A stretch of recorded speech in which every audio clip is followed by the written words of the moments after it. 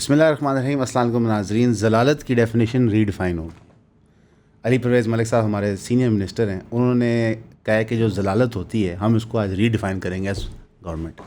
देखिए, इंसान पहले ज़लील होता था कि जब तेल की कीमतें बढ़ती थी तो पेट्रोल स्टेशन वाले जो थे वो तेल रोक देते नहीं थे। लेकिन अब हम जितना मर्ज़ी तेल बढ़ाएं, डेली की बुनियाद पर बढ़ाएं, इंशाअल्लाह आपको तेल मिलेगा। इससे आपकी ज़लालत बच जाएगी।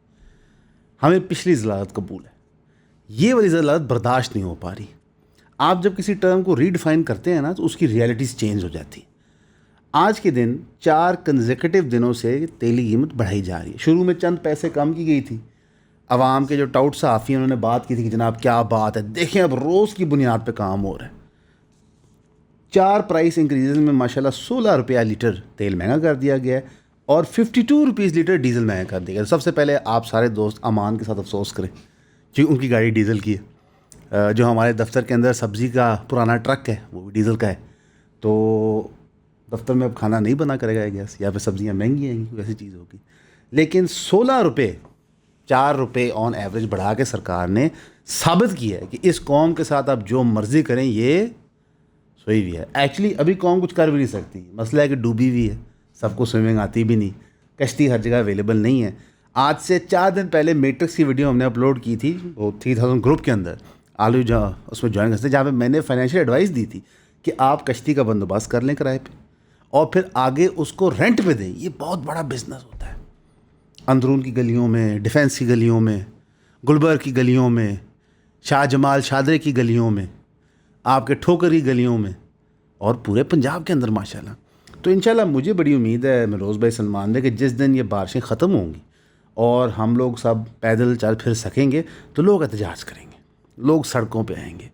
पूरा पाकिस्तान इस वक्त कमेंट करने पे लगा हुआ है कि देखें कैसे यूथ इकट्ठे हो गई है कॉकरोच जनता पार्टी के तहत और जंतर मंतर में प्रोटेस्ट हो रहे हैं और कैसे वो लड़ रहे हैं अपने हक के लिए। यहाँ पे यूथ बाल्ज नहीं है, यहाँ भी यूथ बाल्ज है, यहाँ भी लोगों में ख्वाहिश है। लेकिन इंडिया की हुकूमत ने डंडे मारे, चपेटें मारी और टीयर गैस चलाया तो कोराम मच गया। यहाँ पे गोलियाँ चलती हैं तो कुछ नहीं होता। हमारा जो थ्रेशोल्ड है ना पेन लेने का बहुत हाई है। हमारे यहाँ डंडे और टीयर गैस अगर ना चले तो हम उसको एहतजाज गिनते ही नहीं है, ये एहतजाज नहीं होता। जहाँ गोलियाँ चलें हम समझते हैं कि ये एक मिडिल लेवल का एहतजाज है, और जहाँ पे एहतजाज के बाद मैस अरेस्ट हो, मीडिया ब्लैकआउट हो जाए, पूरे इलाकों के इंटरनेट बंद हो जाए, ये कोई अच्छे बड़े पैमाने का एहतजाज होता है। तो आप मुझे बताएं कौन सा इंसान अपना जान माल हर चीज़ दाव पे लगाएगा और किस चीज़ के लिए लगाएगा। मसलन कि हमारे लीडरों की मासूमियत देखें आप, मेरे नज़दीक तो ये मासूमियत है। ये लोग बुरे नहीं हैं सलमान भाई, ये मासूम हैं, इनको नहीं पता। नवाज शरीफ साहब खड़े होते हैं जगह उस सूबे में जहाँ पे बंदे मारे गए हैं, जहाँ पे टोटल लॉकडाउन चला हुआ है, जहाँ पे इंटरनेशनल स्टेज पे धरने हो रहे हैं, और वहाँ पे कहते हैं कि मेरी तो विश है कि मैं यहाँ प्राइम मिनिस्टर बन जाऊँ। सदके मेरी विश है मैं यहाँ प्राइम मिनिस्टर बन जाऊँ, क्योंकि जो पहली विश थी वो तो इस्टेब्लिशमेंट ने पूरी नहीं होने दी। तो होता नहीं है कि बच्चे को फरारी चाहिए होती है, अम्मी अबू ले नहीं सकते तो खिलौने वाली गड्डी ले देने के, पुत्र तेरी फरारी है तो बह जा। और वो उस सूबे में खड़े होकर बात कर रहे हैं और वहाँ पे कंपटीशन हो रहा है बिलावल भुट्टो का और मरीन नवाज है कौन ज़्यादा बड़ा लीडर है। जिस सूबे के हकीकी लीडर JAAC वाले हैं, जिनके कहने पे शहर बंद हो जाते हैं। यानी कि हम कभी भी सीखते नहीं हैं। अब खैबर पख्तूनख्वा के अंदर ना पीपल पार्टी है ना नून लीग, वहाँ से फारग हो चुके हैं। JUIF भी वहाँ हुकूमत नहीं बना सकती, ANP भी हुकूमत नहीं बना सकती। वहाँ सिर्फ अब PTI है, या PTI है या दहशतगर्द हैं, ये 2 कैटेगरीज वहाँ पर रहेगी। तो रियासत क्या चाहती है? आज़ाद जम्मू कश्मीर भी यही हो जाए। और सबसे मज़े की बात है कि तेल बढ़ाने के बाद रियासत ने एक लम्हे के लिए भी नहीं सोचा कि यार अवाम इतने मुश्किल दौर से गुजरी है, कोई ज़रा हम थोड़ा सा ना हथौला कर दें। माशाल्लाह 1.8 बिलियन का अलाउंस ब्यूरोक्रेट्स के लिए अलाउ है, और जिस बजट के तहत हुआ है वो बड़ा इंटरेस्टिंग है। एक्सटेंशन ऑफ ऑस्टेरिटी मेजर्स हो रहे थे, उसके अंदर 7% सैलरी इंक्रीज़ बताई गई थी। या तो मैंने कहा ना हम लफ्ज़ रीडिफाइन कर रहे हैं, हमने पहले जलील रीडिफाइन किया, अब हमने ऑस्टेरिटी डिफाइन कर दिया है। ऑस्टेरिटी का मतलब है हमारे यहाँ कि पाकिस्तान की अवाम को निचोड़ो और ये जो काम कर रहे हैं ना अलाकार इस्टेब्लिशमेंट के साथ, इनको पैसे दे दो। कहाँ जाएंगे ये लोग? 150% एग्जेक्टिव अलाउंस हुआ है जो 2022 में दिया गया था, लेकिन वो अब पुरानी तनख्वाह पे कैलकुलेट नहीं होगा मेरे साहब, वो लेटेस्ट तनख्वाह पे कैलकुलेट होगा जो बढ़ाई है हमने अभी। सलमान साहब कोई है आपका जानने वाला ब्यूरोक्रेट? कोई तेल ही 10 लीटर ले दो, 15 लीटर ले दो। मेरे साहब तुसी भी देखो, रल मिल के को दफ्तर आते को 100 लीटर सिक्योर कर लिए, उन बंदों के नाम ले, उनकी फ्री प्रमोशन हम कर देंगे कि ये बड़े अच्छे लोग ने, बड़ा काम कर रहे ने। अब सिर्फ तहसीलदार चाहिए। अगर कोई तहसीलदार ये वीडियो देख रहा है हमसे रब्ता करें, हम आगे प्रमोशन करेंगे। हम लोगों को बताएंगे कि आपने तहसील की क्या खिदमत अदा की। सिर्फ 10 लीटर, ज़्यादा पैसे नहीं मांग रहे हम यार, माकूल पैसे। मतलब एक दफ़ा साथ ने पॉडकास्ट में अनाउंस किया था कि 8 लाख रुपया महीने से मैं बिकने को तैयार हूँ। बिकने की बजाय उसको तो महकमे ने उठा ही लिया। तो हाँ भाई, थोड़े पैसे यार, हमारी एक पेड पॉडकास्ट 7 लाख रुपए की होती है, तो बस आप करेंगे। क्योंकि सहाफ़ी तो पैसे ले रहे हैं प्रमोशनों के लिए। सहाफ़ी जो हैं वो प्रेस कॉन्फ्रेंसेस ऑर्गेनाइज कर रहे हैं, वो डेवलपरों के यहाँ जाके वहाँ बैठ के डिस्कशंस कर रहे हैं मिनिस्टर्स के साथ। आने वाले दिनों में देखिएगा। अच्छा, मज़े की बात ये है कि पता भी कुछ नहीं रियल एस्टेट के बारे में, कुरानी मानी नहीं पता, और जो वो तैयारी कर सकते हैं शायद वो बेहतर करें। क्योंकि मैं उस सहाफ़ी को समझता हूँ कि वो इंटरव्यू बहुत अच्छे लेते हैं, वो एक दफ़ा बजा देते हैं बंदे की। लेट्स सी क्या होता है। लेकिन हमारे यहाँ अब concept of what is decent, what is right है ही नहीं। मैं एक छोटी सी मिसाल देते हैं, और ये महरोज़ साहब की भरपूर ख्वाहिश पे बात हो रही है। सलमान साहब, आपने रोज़े में गवाही देनी है कि खबर के आगे लगा हुआ था कांटा। महरोज़ साहब ने क्या रिक्वेस्ट की थी कि सर कल हमने सिर्फ टच किया इस खबर को, लेकिन जब आप लब कुशाई कर दें, ठीक है।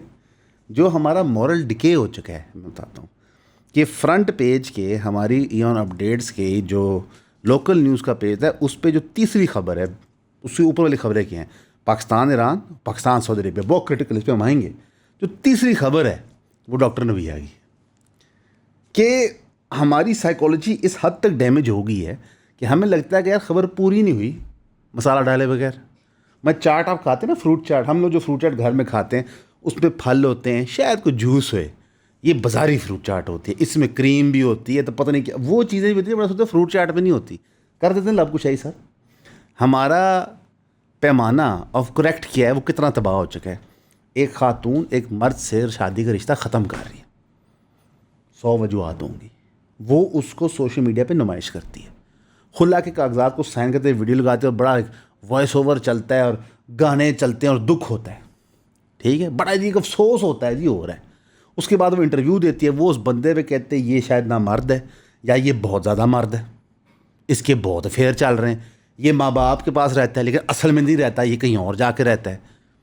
अब उस बंदे ने भी जने ने भी नहीं अकल कि तू चुप कर जा, एक मामला ख़त्म हो रहा है, तू उन्हें उल्टे उनके इसकी उम्र चेक करो, ये तो बचा ही नहीं कर सकती। मैं कहा लौल वाला कूट है, हो की रहे हैं मतलब ये आपके टिकटॉक पे ट्रेंड कर रहा है। अच्छा, बूढ़े कपल से जवान कपल पे आ जाते हैं। ईमान रजब और रजब अली का भी यही मामला चल रहा है। कोई यहाँ से टिकटॉक लाइव करता है, कोई वहाँ से टिकटॉक लाइव करता है, कोई कहता है मैं रिकनसाइल करना, तो कहता है मैं रिकनसाइल करना ही नहीं चाहता।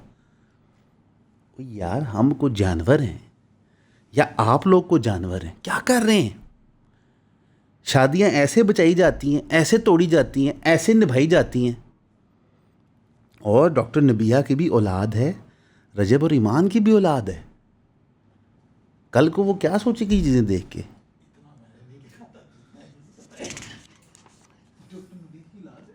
डॉक्टर नबिया की औलाद है पहली शादी से, तो हमें सोचना चाहिए। इसका वैसे दूसरा एंड भी मेरे पास, ये जो फ़िज़ा अली साहिबा हैं, खातून हैं, शादी में बहुत खुश हैं, अल्लाह उनके लिए आसानियाँ करे, बहुत ज़्यादा खुश हैं। ये नहीं करना चाहिए मेरे भाई। तभी तो मियाँ बीवी का रिश्ता एक चादर का रिश्ता है, एक प्रोटेक्शन का रिश्ता है, नुमाइश का रिश्ता नहीं है। ठीक है, हमने किम कार्दाशियन देख ली, उसने $1 बिलियन एम्पायर बना लिया, सारे ही वो करने चले हो। बस मैं आपको एक दिल की बात आता हूँ, मुझे नहीं पता हानिया आमिर किस मूवी में आई है, किस टीवी शो में आई। ऐसा है ना कि हमने सुना है हम सफ़र बहुत बड़ा ड्रामा था, काबली पुलाव बहुत बड़ा ड्रामा था, तो उसके एक्टर्स मशहूर होते हैं। हानिया आमिर का मुझे नहीं पता, होता है हो, मैं ऐसी बात नहीं है, लेकिन उनके टैलेंट पर डाउट नहीं कर रहा, लेकिन वो मशहूर इसलिए कि सोशल मीडिया के कैंडिड नेचर को उन्होंने इस्तेमाल किया, उन्होंने अपने आप को ह्यूमनाइज़ किया। वो रोती भी हैं, उनके ब्रेकअप भी होते हैं, उनके दिल भी टूटते हैं, वो हंसती भी हैं। ये सब मिलके आपको बेवकूफ़ बना रहे हैं। ये सब पीआर पैकेज प्रमोशनों के लिए होता है, ये सब पैसों के लिए किया जाता है। आपके साथ ज़िंदगी में कोई ज़्यादती हुई हो, आपने नुमाइश लगाई है कभी? नहीं।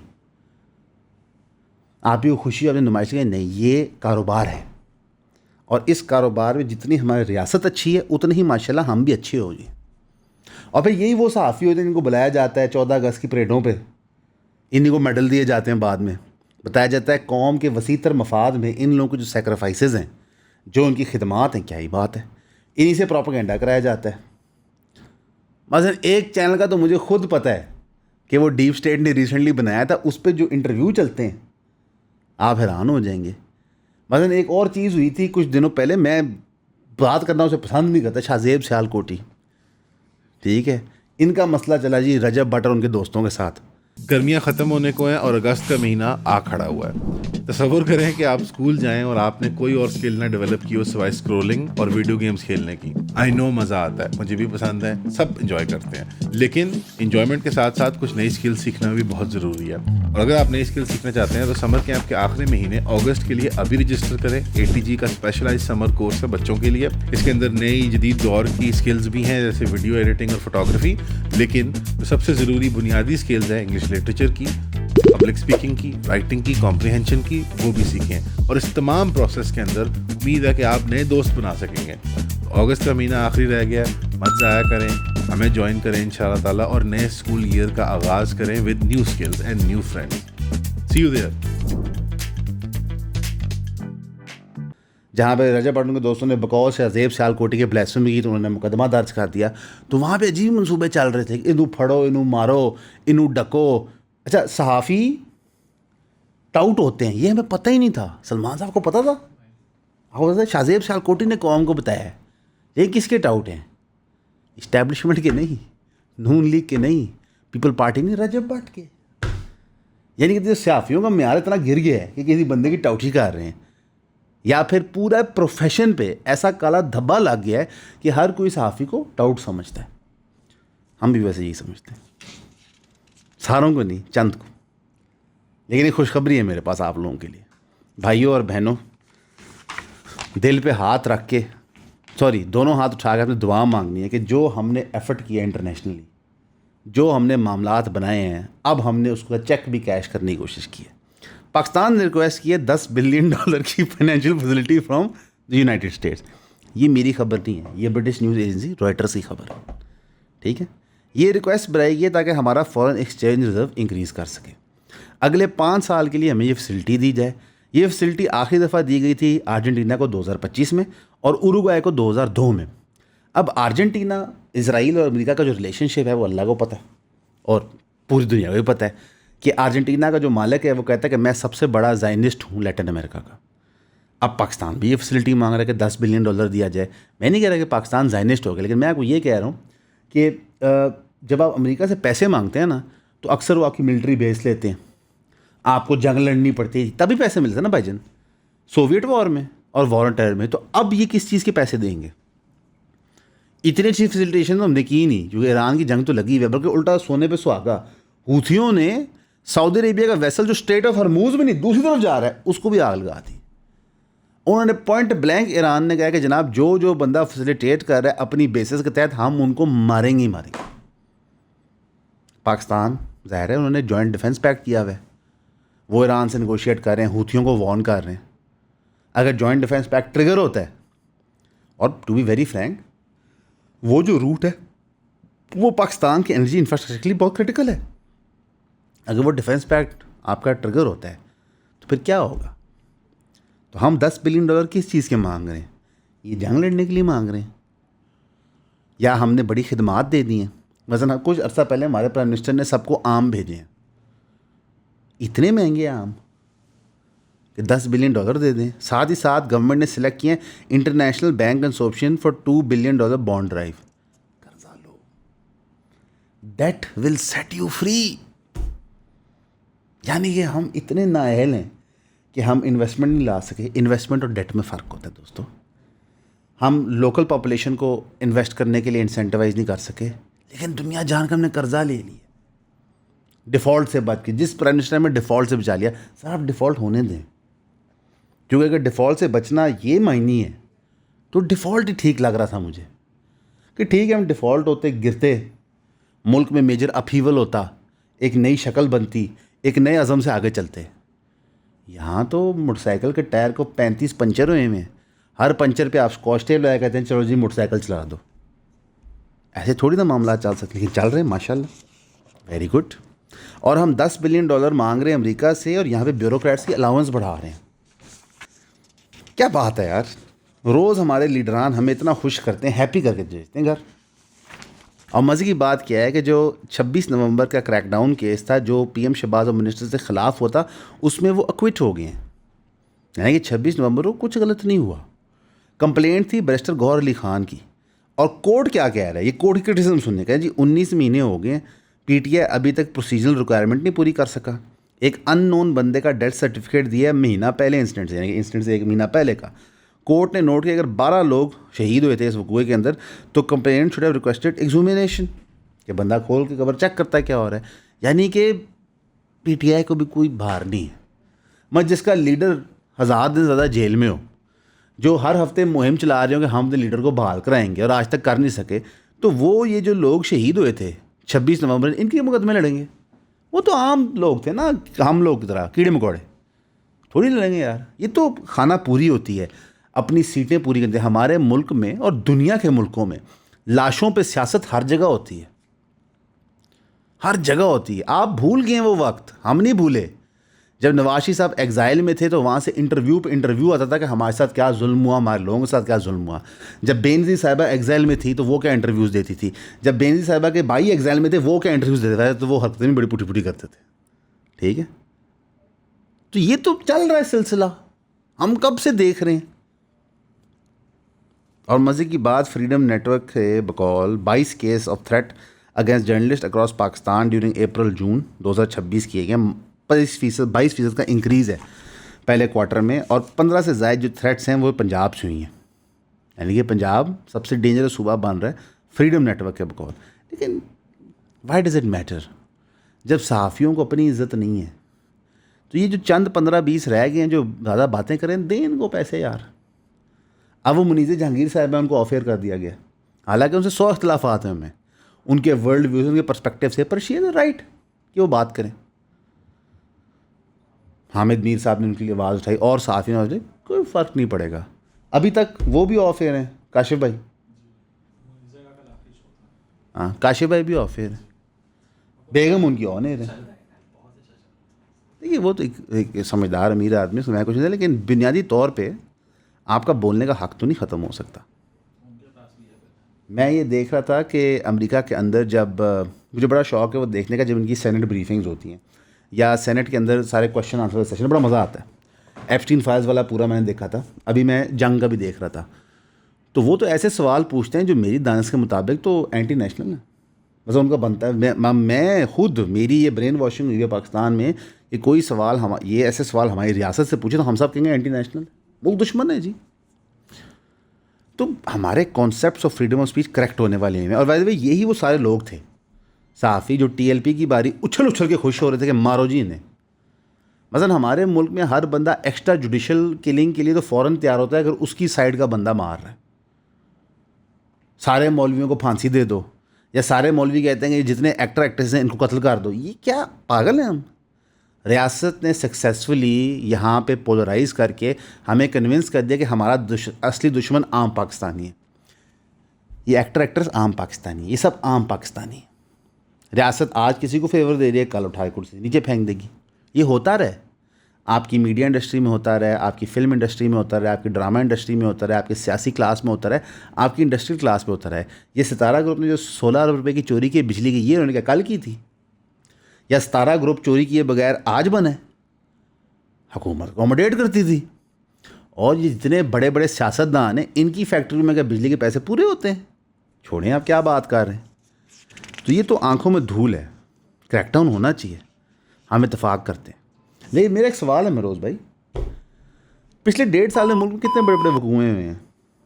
उस वक्त तो बड़ा शोर मचता था, धूमधाम होता था कि छोड़ना नहीं, पकड़ लेना, मार देना है, कराची के मेयर का इस्तीफ़ा लेना, आपको याद है पहला बच्चा खबर चली थी गटर वाला, कितने हो चुके हैं, पंजाब में हो चुके हैं, एक बंदा भी तब्दील हुआ है। कराची में गुल प्लाजा फायर इंसिडेंट हुआ है, उसका रिजल्ट क्या है? महकमे आपस में लड़ रहे हैं, कोऑर्डिनेट नहीं कर रहे। रज़ा डार वाला का मामला हो गया, जुडिशल हो गया, जुडिशल के बाद क्या होता है? बेल, अनलेस ब्लास्फेमी केस में टाइम लगता है। मेरे साहब ऑफ कहते हैं हमारा तजर्बा है, क्योंकि हमारा साथी भी जुडिशल हुआ था तो फिर बेल हुई थी। तो कहाँ हैं वो सारे सहाफ़ी, ऑपोजिशन के पार्लियामेंटेरियन जो कहते हैं कि इस्तीफ़ा लेंगे? इस्तीफ़ा नहीं, आप लोग हमें बेवकूफ़ बनाते हैं। यू टेक टू द, हम जान माल हर चीज़ दाव पे लगाते हैं और आप उसका मज़ा लेते हैं, इंजॉय करते हैं। आप यकीन जानो कि हमारे पास बड़ा ऐसा कोई सियासतदान नहीं है, लेकिन जो अगला आया ना छोड़ना नहीं है। इन्होंने देखिए, अब मिलिट्री एस्टैब्लिशमेंट का तो आता कोई नहीं कि बंदा उनसे सवाल पूछे, तो जेड़े आ रहे हैं उन्होंने को लिए बंदा पूछ सकता है। एनडीएमए ने जी 22 से 24 के लिए हैवी अलर्ट इशू कर दिया है कि फ्लड का काफ़ी मसला होगा। According to NDMA Gilgit Baltistan, Khyber Pakhtunkhwa, Azad Jammu Kashmir, Balochistan और पंजाब, यानी कि सवाए सिंध के पूरे पाकिस्तान के अंदर हैवी रेनफॉल होगी 3 दिन की पीरियड पे। और डेथ टोल जो है ऑलरेडी इससे वो 37 तक पहुँच गया। केपी के अंदर आपके 23 लोग, नहीं सॉरी मैं चाहता हूँ, आपके केपी के अंदर 20 लोग और पंजाब के अंदर 17 लोग बारिश के रिलेटेड इंसिडेंट्स में शहीद हो चुके हैं। नॉर्थ वजीरिस्तान में 2 लोग टोची रिवर फ्लैश फ्लड में शहीद हुए हैं। अपर साउथ वजीरिस्तान में family of 4 including 2 children roof collapse में शहीद हुए हैं।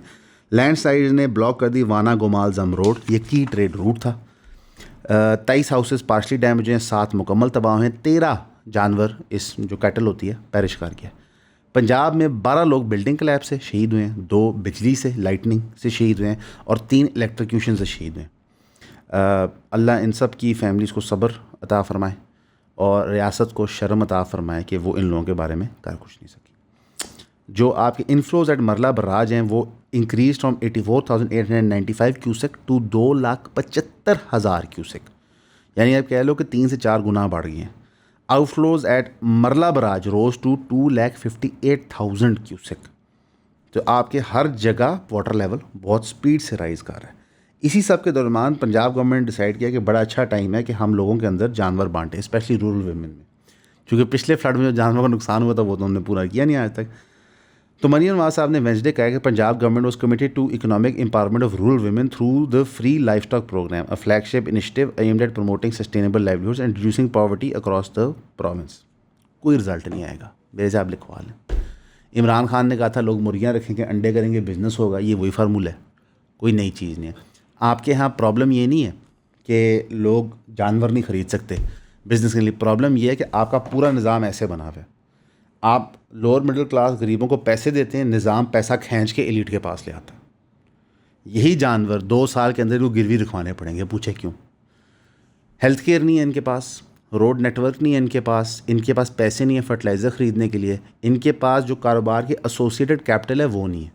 जानवर आप इनको दे देंगे, जानवर का ये दूध बेच लें, ज़िंदगी में कोई तंगी तुरसी तकलीफ़ आ गई, इनको जानवर गिरवी रखवाना पड़ेगा। ये ज़मीनों के साथ भी होता है। आपने अभी 1,10,000 गालबन एकड़ बांटी है, वो सारी 2 से 3 साल में अमीर लोगों के हाथ में आ जाएगी, क्योंकि आपका जो पूरा निज़ाम है वो इनकम्प्लीट है और आप ही हुकूमत कर रहे हैं 40 साल से, तो निज़ाम ना बनाने की सज़ा भी आप ही को आनी चाहिए, हमें तो नहीं आ सकती। इंटरनेशनल स्टेज के ऊपर अगर हम देखते हैं तो टकर कार्लसन जो अमेरिकन पंडित भी हैं, जिनका बड़ा रिसेंट एक फ्लिप हुआ है from being pro Trump to anti Trump, उन्होंने कहा कि यूक्रेन और ईरान की जंग सिर्फ एनर्जी के बारे में, यानी कि उसने सारी बातें जो खैर हम सबको पता थी कि मिडल ईस्टर्न तेल के लिए, मिडल ईस्टर्न स्ट्रेटेजिक पोस्ट के लिए अमेरिका कुछ भी करने को तैयार होता है और यूक्रेन के अंदर रशिया को फाइट बैक देने के लिए फॉर एनर्जी करने को तैयार है। तो ये उसके लिए oil market is clearly manipulated, एक पूरा फाइनेंशियल निज़ाम रहा है जुआ हुआ जहाँ पे सिर्फ अमीर हो रहा है। ये टकर कार्लसन एक कैपिटलिस्ट आदमी बात कर रहा है, ये अब ये चीज़ इतनी साफ नज़र आ गई और उसने पॉइंट ब्लैंक कहा कि अमेरिकन प्रेसिडेंट क्या कहते हैं कंट्रोल हो रहा है एक और कंट्री से, वो कंट्री है इसराइल। हुतीज़ के रेड सी की शिपिंग रूट को टारगेट करने से ईरान के अंदर मज़ीद स्ट्राइक्स की हैं अमेरिका ने, 12 सक्सेसिव नाइट्स की स्ट्राइक्स हो चुकी। इन स्ट्राइक्स और पिछली वाली जंग में एक डिफरेंस है और मैं आपको डिफरेंस बताना चाहूँगा। अमेरिका ने और इसराइल ने पिछली जंग में सिविलियन लोगों को मारा था जान के, वो उस वक्त रजीम चेंज चाह रहे थे, उनको लगता था रजीम चेंज हो जाएगा, वो हो नहीं सका, तो अब वो सिर्फ मिलिट्री और क्रिटिकल इंफ्रास्ट्रक्चर को मारे, इसलिए सिविलियन कैजुअलिटी कम हुई जा रही। यानी कि उन्होंने जान के पहले लोगों को शहीद किया था। इतना जुल्म ये लोग कर रहे हैं, आप अंडरस्टैंड करें मेरी बात। तो they have made a critical difference. बाकी it is now very very very clear कि ये जंग मज़ीद बढ़नी ही है, इसका डी एस्केलेशन का प्रोसेस नज़र नहीं आ रहा, स्पेशली ये सेकेंड राउंड ऑफ फाइटिंग के बाद जो ऑन गोइंग है इस वक्त। मार्को रूबियो ने कहा कि जनाब ईरान सबसे अमीर मुल्क होता है मिडल ईस्ट का, लेकिन वो ज़्यादातर पैसे मिज़ाइल और ड्रोन्स पे लगाते हैं। This is a lie. Iran के ऊपर जितनी सैंक्शंस लगी हुई हैं वो उनके सर्वाइवल के लिए जो उनको कुछ करना पड़ता है वो कर रहे हैं। उसने कहा जी उन्होंने MOU वायलेट किया, हमने अपना एंड रखा, ये भी झूठ है। उन्होंने कहा जी despite their tough talks and the stupid Lego videos they are suffering tremendously, वो एक कदम भी पीछे नहीं हट रहे। मार्को रूबियो ने हूती से भी स्टेटमेंट दिया, कहा कि हमें लगता था वो समझदार है, लेकिन वो भी ईरान की प्रॉक्सी बन के सामने आ गए हैं और वो भी बेवकूफ़ाना हरकतें कर रहे हैं। रिपोर्टर ने उनसे पूछा कि US seeking रजीम change in Iran. Rubio ने कहा नहीं, हम सीख कर रहे हैं टू डी न्यूक्लियराइज ईरान। ये भी नहीं हो सकता, मैं आपको यही बता दूँ, ये भी एक पाइप ड्रीम है। ईरान मर्जी से न्यूक्लियर वेपन्स गिव अप करना चाहे तो करे या डी न्यूक्लियराइजेशन करे, ये नहीं करवा सकते, इनके बस की बात नहीं। UN ने यह बता दिया है कि बहरहाल 4 लाख लोग लबनान में इस वक्त डिस्प्लेस्ड हैं। लबनान के जो हेड ऑफ़ गवर्नमेंट है उन्होंने भी अमेरिका में जाए कह दिया है कि अगर आप चाहते हैं कि हिजबुल्ला डी आर्म हो, वहाँ डी एस्केलेट हो, तो इज़राइल को साउथ लेबनान छोड़ना पड़ेगा। इज़राइल ने इस पर कहा हम नहीं छोड़ेंगे। यानी कि हर जगह आग ही आग है, मसले ही मसले हैं, कहीं पे भी सुकून नहीं है। वो चाहे डॉक्टर नबिया की शादी हो, चाहे हूथियों का मसला हो, चाहे ईरान का, क्योंकि हमारे लिए तो सब सेम है। पाकिस्तान की आवाम की IQ के लिए ये सब सेम है। अगर हम उतनी ही दुआ करते हैं कि ईमान और रजब इकट्ठे हो जाए जितनी हम दुआ करते हैं कि मिडल ईस्ट में पीस हो जाए। इसलिए अल्लाह हमारे इस वक्त पीसेस कर रहा है। हमें कोई शर्म हया नहीं आती किसी भी चीज़ पे, ना मुक़द्दस रिश्तों की शर्म हया है, ना मुसलमान बहन भाइयों की शर्म हया है, ना हमें एक और मुल्क की शर्म हया है कि हम उनकी टेरिटोरियल इंटेग्रिटी ऑनर करते हैं, ना हमें हमारे मुल्क के अंदर जो कानून हमने बनाया हुआ है, जो हमने बकौल हमारे कॉन्स्टिट्यूशन कुरान और सुन्नत की रोशनी में बनाया हुआ है, उसका पास रखने की हया है। तो हम तो आपसे दुआ करेंगे कि हया के लिए दुआ कीजिए कि सबको थोड़ी थोड़ी हया है, थोड़ी शर्म है, शायद इसी से मामलात कुछ बेहतर हो जाए। हमारी दुआ कीजिएगा, हम आपके लिए करेंगे। हमेशा की तरह आपका सुनने का शुक्रिया।